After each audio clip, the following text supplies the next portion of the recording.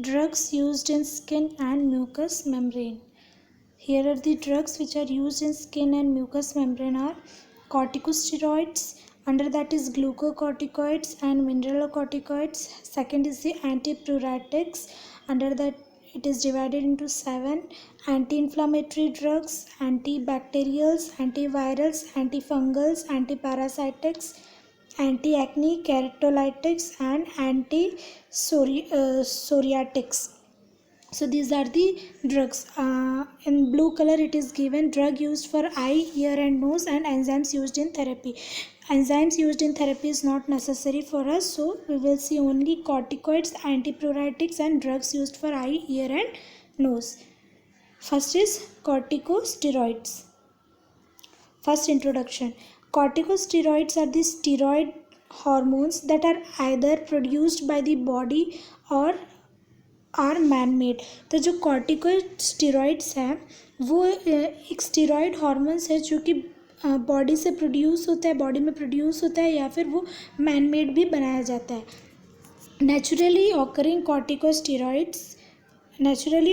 corticosteroids, hydrocortisone and cortisones are produced by the outer portion of the adrenal gland known as cortex. So corticosteroids are classified as glucocorticoids और mineralocorticoids. तो ये जो corticosteroids है ये एक steroid hormones है जो कि बॉडी से प्रोड्यूस होता है और मैनमेड भी है.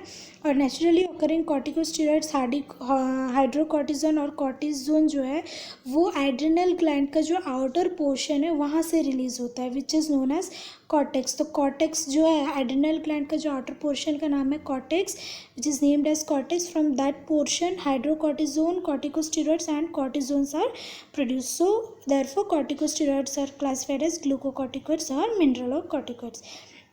Next point is synthetic corticosteroids mimic the actions of naturally occurring corticosteroids and may be used to replace corticoids in people with adrenal gland insufficiency. तो ये जो synthetic corticosteroids है वो man-made है जो कि कॉर्टिकोस्टेरॉइड का एक्शन करता है और ये रिप्लेसमेंट में दिया जाता है जो ऐसे पर्सन्स को जिसका जो एड्रिनल ग्लैंड है वो इनसफिशिएंसी है, मीन्स उसका जो फंक्शनिंग लेवल है अगर वो प्रॉपरली वर्क नहीं करता है तो उस टाइम पे सिंथेटिक कॉर्टिकोस्टेरॉइड्स दिए जाते हैं.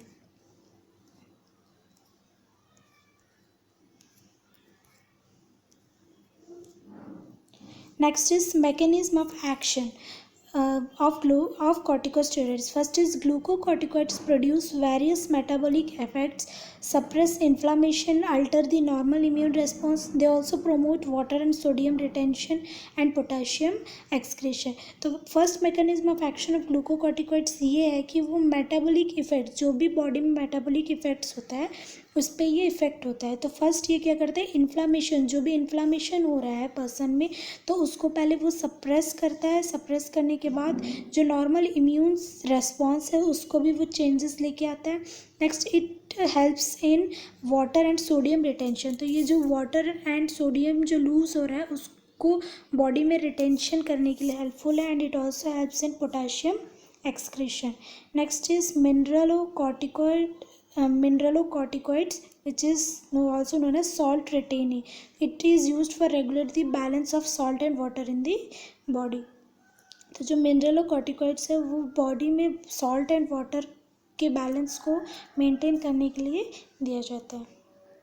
Here are some drug example and its doses of glucocorticoids and mineralocorticoids. Under the glucocorticoids, 7 drugs are there. That is betamethasone, which is given in a dose of 0.5 to 9 mg daily. Dexamethasone 0.5 to 16 mg daily. Prednisone 2.5 to 60 mg daily. Prednisolone 5 to 60 mg daily.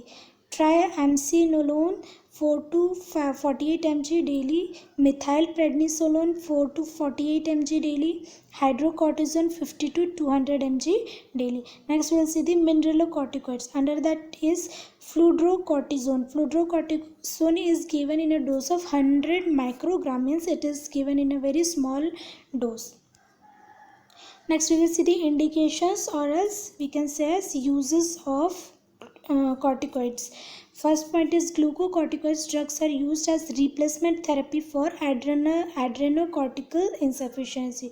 तो जो cortex जो कि adrenal gland का जो outer layer है, जब वो work करना बंद करता है या फिर वो अपना फंक्शनिंग नहीं कर पाता, इनसफिशिएंट हो जाता है, तो उस कंडीशन में glucocorticoids as a replacement therapy दे सकते हैं। टू ट्रीट न्यूप्लास्टिक डिजीज़, तो कोई अगर पर्सन को कुछ न्यूप्लास्टिक डिजीज़ हो गया है तो उसको क्योर करने के लिए ग्लूकोकॉर्टिकॉइड्स दिए जाते हैं। Next is septic shock, cerebral oedema, inflammatory conditions of joint, gastrointestinal tracts, respiratory tract and skin. तो जो जॉइंट में अगर इन्फ्लामेशन हुआ है, GI ट्रैक्ट में हुआ, रेस्पिरेटरी ट्रैक्ट या फिर स्किन में, तो उस इन्फ्लामेटरी कंडीशन को, इन्फ्लामेटरी प्रोसेस को रिड्यूस करने के लिए यूज होता है। Next is mineralocorticoids are used as replacement therapy in primary and secondary adrenal insufficiency. तो जो मिनरलोकॉर्टिकॉइड्स है वो भी एज ए रिप्लेसमेंट थेरेपी दिया जा सकता है जब अगर एड्रेनल ग्लैंड का जो आउटर लेयर है कॉर्टेक्स अगर वो प्रॉपरली वर्क नहीं करता या फिर फंक्शन नहीं करता उस टाइम पे। Next we'll see the contraindications or else we can say precautions of corticosteroids. First is serious infections. If the person is found that he is having any type of serious infections, then the person should not be given the glucocorticoids or mineralocorticoids. Next, mineralocorticoids use cautiously with cardiovascular and hypertensive disease patient. तो जो person को cardiovascular या फिर cardiovascular से related कोई problem है या फिर हाइपरटेंशन है, बीपी है, तो ऐसे ब्लड प्रेशर अगर इंक्रीज होते हैं तो ऐसे पर्सन्स को मिनरलोकॉर्टिकॉइड्स जो है वो बहुत ही केयरफुली यूज़ करना है। Next will see the adverse effects. First is muscle wasting, muscles जो है वो वीक होने लगता है and it also got waste होने लगता है। Next is growth retardation, the person starts retardation means they will not grow properly. Next, hypertension, the person may undergo hypertension condition. Next, increased blood glucose level, तो जो blood glucose है वो body में increase होने के chances रहेंगे। This is the side effect. Next, sodium and fluid retention, as we have saw in before slide that it may lead to sodium and fluid retention. Next, acute adrenal insufficiency after abrupt withdrawal, अगर withdrawal करते हो अगर dose कम हो जाता है तो जो acute adrenal insufficiency है वो भी और प्रोलॉन्ग होने के चांसेस रहेंगे। Next, osteoporosis, it is a bone disorder, peptic ulcer, glaucoma, eye disorder, altered fat distribution. So these are the adverse effects of glucocorticoids. Next, drug interactions means if you are taking any other drug, what will happen? First is hormonal contraceptives may block the metabolism of glucocorticoids. This means जब आप glucocorticoids देते हो, glucocorticoids के साथ साथ अगर कोई hormonal contraceptive pills या फिर hormonal contraceptive कोई भी drugs दिए जाते हैं तो ये जो glucocorticoids का metabolism को block कर देता है। Next is phenobarbital, phenytoin and rifampicin may enhance the metabolism of glucocorticoids. तो जो phenobarbital, phenytoin, अगर rifampicin ये सारी drugs भी दे रहे हैं पर्सन को साथ में ग्लूकोकॉर्टिकॉइड्स के साथ चल रहा है तो ये उसके मेटाबॉलिज्म को अफेक्ट कर सकता है। Next, concurrent use with orally hypoglycemics और इंसुलिन में increase blood sugar levels, thereby increasing insulin और ओरल हाइपोग्लाइसेमिक रिक्वायरमेंट्स। तो ये जो है हाइपोग्लाइसेमिक पर्सन जो है हाइपोग्लाइसेमिक होने के चांसेस रहेंगे या फिर ब्लड शुगर लेवल भी इंक्रीज हो सकता है। Next, we will see the nursing responsibility, means as a role, what are the nurses' role when you will give the corticoids treatment. First, administer drug daily doses in the morning time. First आपको क्या advice करना है person, patient हो या फिर family को कि जो भी आप ड्रग प्रेस्क्राइब कर रहे हो या फिर दे रहे हो ये ड्रग्स जो है डेली मॉर्निंग के टाइम पे उनको देना है। Next, monitor adverse effects of the drug therapy while the drugs are on the process और the drugs are given to the person, you have to monitor the adverse effects और the side effects during the process. Third is monitor regularly for weight changes and also monitor fluid and electrolyte imbalances. तो जब आप drugs देते हो तो person का जो wait में कोई चेंजेस आ रहे हैं कि नहीं, वो आपको रेगुलरली चेक करना है. Next you have to assess the fluid and electrolyte imbalance, means sodium retention होने के चांस रहेंगे या फिर पोटेशियम लॉस भी हो सकता है, तो इसलिए उनका जो फ्लूइड इलेक्ट्रोलाइट जो बैलेंस है उसको भी आपको मॉनिटर करना है. Next is teach the patient to avoid such foods as fresh fruits and raw vegetables because they tend to have higher levels of bacteria than cooked foods. Thereby, the therapy increasing the risk of infection in an already immunosuppressed patient. तो जो person को allergy, ये corticosteroids, ये जो drugs चल रहे हैं related to the skin और एल्स एनी अदर इन्फ्लामेशन, तो पर्सन को क्या आपको एडवाइस करना है कि उनको फ्रूट्स जो है फ्रेश फ्रूट्स और एल्स रॉ वेजिटेबल्स उनको नहीं लेना है, क्योंकि वो कुकड अनकुकड रहते हैं तो उसमें जो फ्रेश बैक्टीरिया प्रेजेंट हो सकते हैं, तो जो कि अगर इन्फेक्टेड पर्सन को आप देते हो तो उनका ऑलरेडी इम्यून सिस्टम जब वो सप्रेस्ड रहता है तो वो उनको और एडवर्स इफेक्ट हो सकता है, मीन्स और इन्फेक्शन ज़्यादा हो सकता है. Next is nurse should warn the patient not to stop drug warn the patient not to stop drug abruptly because this may cause life-threatening adrenal insufficiency. तो जो आप कोई ड्रग्स देते हो पेशेंट को तो पर्सन को उनको बोलना है कि वो सडनली ये ड्रग्स को स्टॉप नहीं करना है, क्योंकि अगर वो स्टॉप कर दे, क्योंकि अगर वैसे ही उनके बॉडी में एड्रेनल इंसफिशिएंसी है और अगर आप ड्रग्स भी स्टॉप करते हैं पेशेंट्स तो उनके बॉडी में जो ग्लूकोकॉर्टिकॉइड्स मिनरल कॉर्टिकॉइड्स जो इम्बैलेंस रहता है वो इम्बैलेंस होने के चांसेस रहते हैं. So you have to warn the patient not to stop the drugs abruptly. Next we will see the antipyretics. First is the introduction of antipruritics. Antipruritic agents used to prevent and relieving itching, that is decreasing sensitivity of local nerve ending, reducing local edema, cooling skin and counteracting histamine release. तो antipyretic agents जो है ये किस चीज़ के लिए use होता है, अगर पर्सन को कोई इचिंग हो रहा है, स्किन में इचिंग रैशेस हो रहे हैं तो उसको रिड्यूस करने के लिए एंटीप्यूरेटिक ड्रग्स यूज़ होते हैं. It is also help in decreasing sensitivity of local nerve ending. तो जो सेंसिटिविटी हो रहा है तो उसको भी रिड्यूस करने के लिए एंटीप्यूरेटिक्स दिए जाते हैं. And also it helps in reducing the local oedema, helps in cooling the skin which has been hot and counteracting histamine release. Next we will see the mechanism of action, how the antipruritics works. They have anti-inflammatory, anti-allergies, anti-infective properties, thus show their action in two different ways.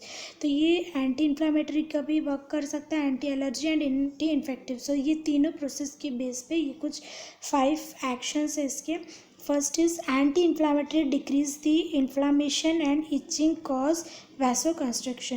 तो ये अगर जब anti inflammatory drugs आप देते हो, anti inflammatory medicine अगर person को दिया जाता है तो ये क्या करता है, जो इन्फ्लामेशन हो रहा है पर्सन के बॉडी में या फिर इचिंग हो रहा है उसको वो रिड्यूस करता है. सेकेंड, एंटी इन्फेक्टिव किल्स और inhibit the growth of micro organisms.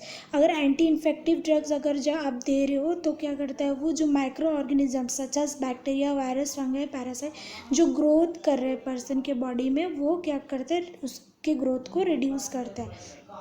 Third is antipyretic, relieve itching of the skin and mucous membrane. तो एंटीप्यूरेटिक्स क्या करते हैं, ये जो स्किन में म्यूकस मेम्ब्रेन में जो इचिंग हो रहा है उसको वो रिड्यूस करेगा.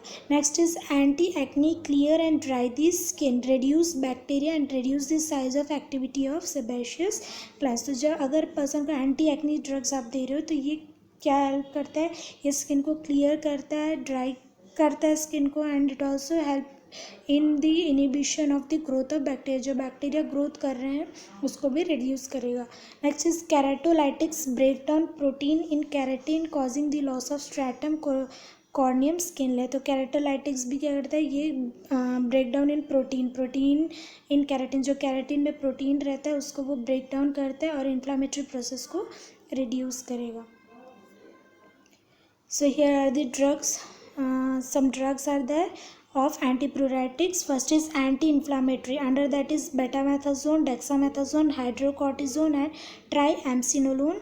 Next is antibacterial. Under that is gentamicin sulfate, neomycin sulfate, silver sulfadiazine, polymyxin B, and bacitracin. Next is antivirals, and under antivirals are acyclovir and panciclovir.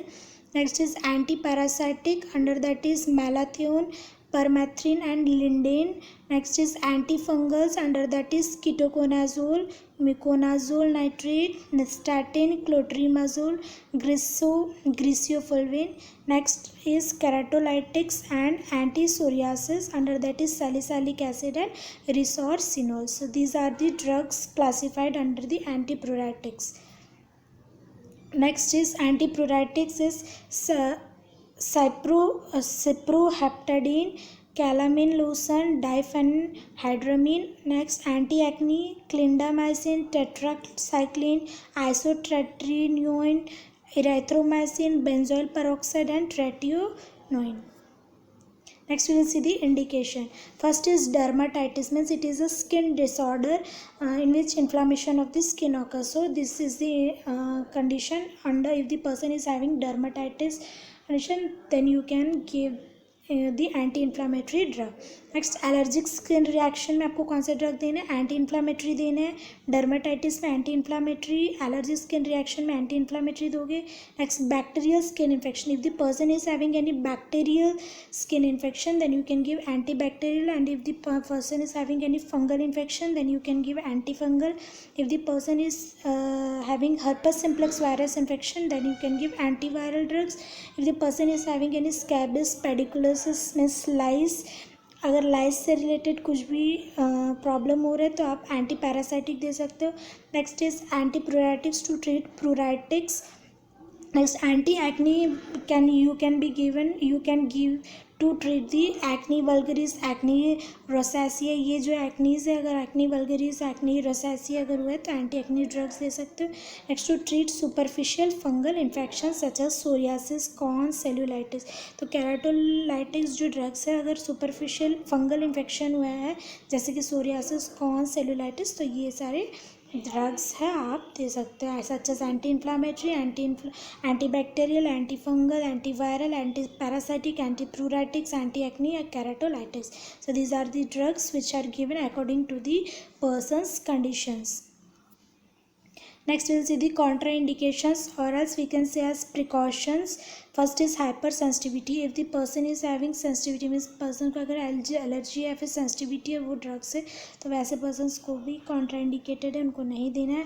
Next pregnancy and breast feeding. If the mother is pregnant, if the lady is pregnant और she is breast feeding the baby, then that mother should not be given these drugs. Next we will see the adverse effects. First is skin irritation, bone marrow suppression. Bone marrow का main function क्या है, वो RBC production में help करता है, जो कि अगर ये ड्रग्स चल रहे हैं तो बोन मैरो सप्रेशन होने के चांसेस रहेंगे. Next behavioural changes. The person में behaviour in different manner, suppress immune response, haemolytic anaemia, leukopenia. तो ये जो है ब्लड डिसऑर्डर होने के चांसेस रहेंगे. Next fluid and electrolyte imbalance, जो बॉडी में फ्लूइड एंड इलेक्ट्रोलाइट का जो बैलेंस चलता है वो भी अफेक्ट हो सकता है. नेक्स्ट एंटी एक्नी में cause burning, itching, redness of the eye and scaling, pain of the lips. Also में कॉज फोटोसेंसिटिविटी रिएक्शन. तो ये जो एंटी एक्नी ड्रग्स है वो अगर ज़्यादा अमाउंट में दिया जाता है तो इसका एडवर्स इफेक्ट ये रहेगा कि बर्निंग रह सकता है, पर्सन को जो है जलने लगता है, इचिंग होगा, या फिर आई जो है वो रेड कलर में चेंज हो सकता है. So these are the adverse effect of this drugs. Next, drug interaction. Excessive use of anti-acne products may increase skin reaction. जब कोई भी एंटी एक्नी ड्रग्स लिए जाते हैं, अगर वो एक्सेसिव अमाउंट में या फिर हाई डोज में अगर ज़्यादा अमाउंट में यूज़ होते हैं तो ये स्किन रिएक्शन भी हो सकता है.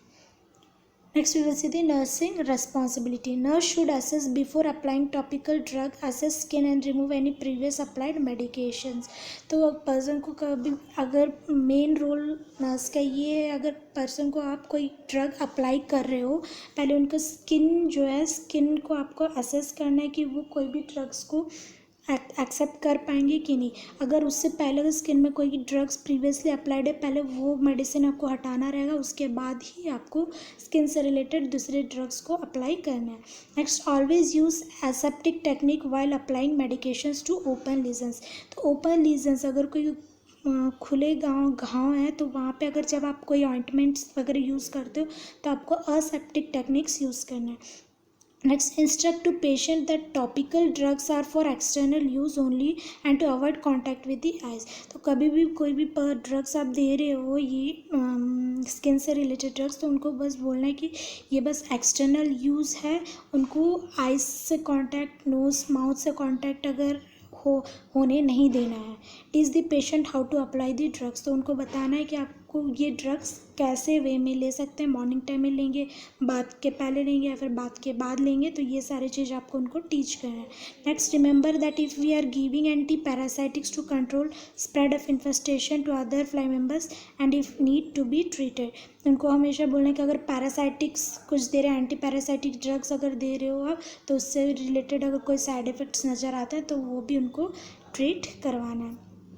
Next is follow these guidelines when applying acne products. तो यहाँ पे कुछ गाइडलाइंस है, जब आप एंटी एक्नी ड्रग्स लेते हो तो ये कुछ पॉइंट्स हैं जो कि आपको ध्यान में रखना है। Next is clean and assess the affected area before applying acne preparation. तो कहीं जब आप ऑइंटमेंट फेस पे या फिर कहीं और जहाँ पे एक्नी वल्गरिस, एक्नी रोसैकी हुआ है, अगर उसको कंट्रोल करने के लिए आपको ये ड्रग्स यूज़ करना है तो पहले उस एरिया को आपको क्लीन करना है और उसके बाद उस एरिया को आपको एसेस करना है। Next is the patient using tetracycline to be careful to cover the entire affected area, not to go in sunlight। तो जो पर्सन अगर टेट्रासाइक्लिन ड्रग्स ले रहे हैं, if the person is using tetracycline drugs then you have to say them that they have to use cover the whole area, not to go in sunlight। So you have to say the person that if they are using any drug, they should not be roam outside in the sunlight।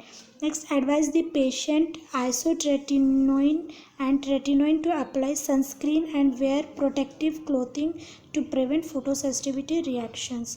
तो अगर person को जब isotretinoin या फिर tretinoin के कोई drugs चल रहे हैं तो अगर उनको बाहर जाना है तो उनको बोलना है कि they have to use sunscreen or wear any protective clothing so that photosensitivity reaction should not be happen। Next point is advise women using isotretinoin and tretinoin to use contraception। Those women who are using these drugs such as isotretinoin and tretinoin, ask them to use contraception। Next we will see the topical drugs used for eye।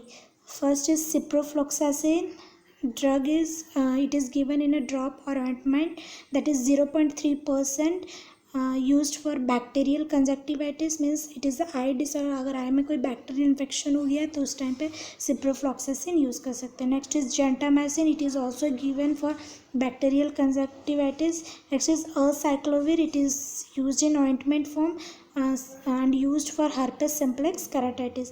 Next is betamethasone, which is given in a drops and ointment, allergic and inflammatory conditions of the eye। तो ये जो बेटामेथाजोन, डेक्सामेथाजोन, ये दोनों भी drugs जो है अगर आई में कोई इन्फ्लामेशन हो रहा है तो उस टाइम पे यूज़ कर सकते हैं। Next diclofenac, post operative ocular inflammation. अगर पोस्ट ऑपरेटिव ऑक्यूलर इन्फ्लामेशन हो रहा है तो उस टाइम पे आपको डाइक्लोफेनाक देना है। Azelastine, which is given for allergic conjunctivitis.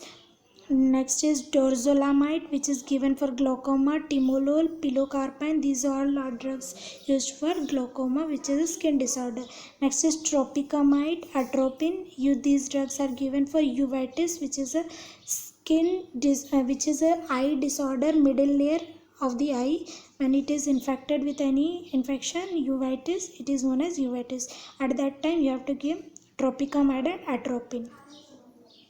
Next we will see the drugs used in the nose। First is azilastine, which is used as a nasal spray for allergic rhinitis, beclomethasone used for allergic rhinitis, oxymetazoline, which is given as a nasal decongestant। Next we will see the drugs used for ear। Drugs used for ear are ciprofloxacin। If the person is having bacterial infection, then you have to give ciprofloxacin Next, clotrimazole. If the person is having fungal infection, then you have to give clotrimazole. Next, bacterial infection. If gentamicin also can be given if the person is having bacterial infection. Next, betamethasone. If the person is having eczema of the ear or any inflammatory agent, then betamethasone can be given. Sodium bicarbonate to soften ear wax. And you can give if the ear wax is hard, to make that soft you have to give sodium bicarbonate.